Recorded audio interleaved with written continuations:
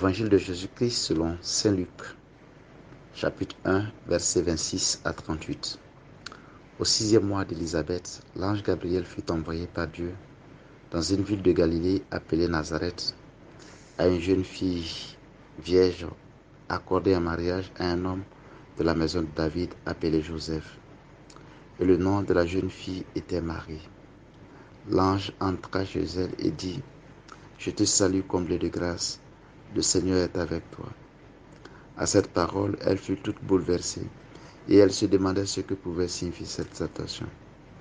L'ange lui dit alors : « Sois sans crainte, Marie, car tu as trouvé grâce auprès de Dieu. Voici que tu vas concevoir et enfanter un fils. Tu lui donneras le nom de Jésus. Il sera grand, il sera appelé Fils du Très-Haut. Le Seigneur Dieu lui donnera le trône de David, son père.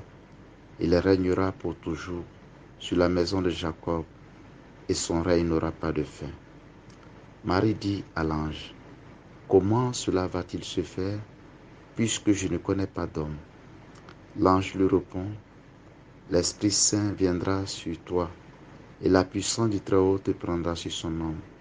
C'est pourquoi celui qui va naître sera saint. Il sera appelé Fils de Dieu.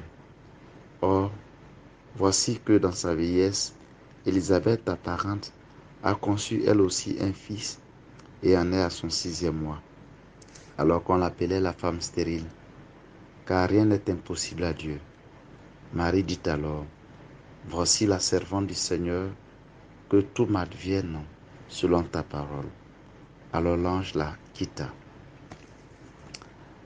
Mes frères bien-aimés, nous sommes aux portes de la Nativité, à quelques jours de la fête de Noël.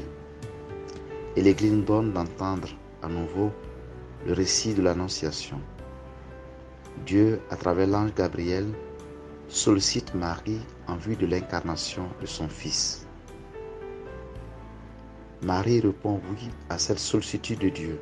« Je suis la servante du Seigneur, que tout m'advienne selon ta parole. » Le mystère de l'incarnation, au fond, est le mystère de deux oui. Le oui du Fils qui rend possible le oui de Marie. C'est Dieu qui a l'initiative du projet de salut de l'humanité et qui sollicite la collaboration de l'homme à travers l'être de Marie.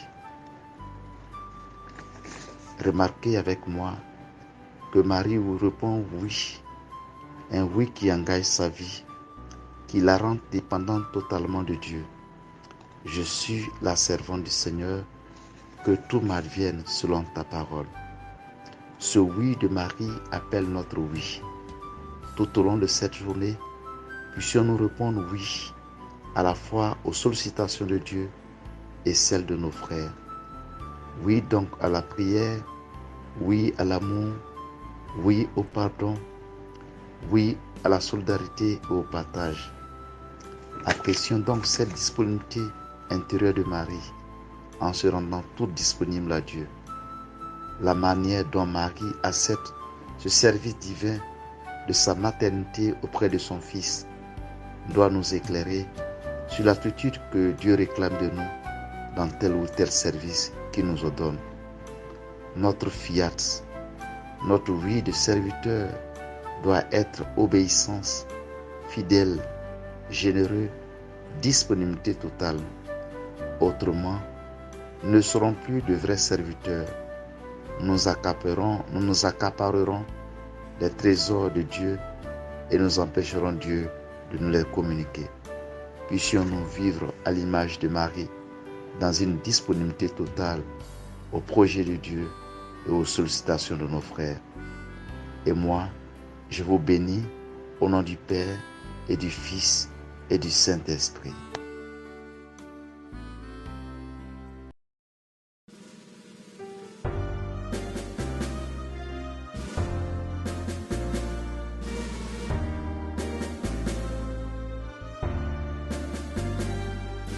Allez partout, proclamez la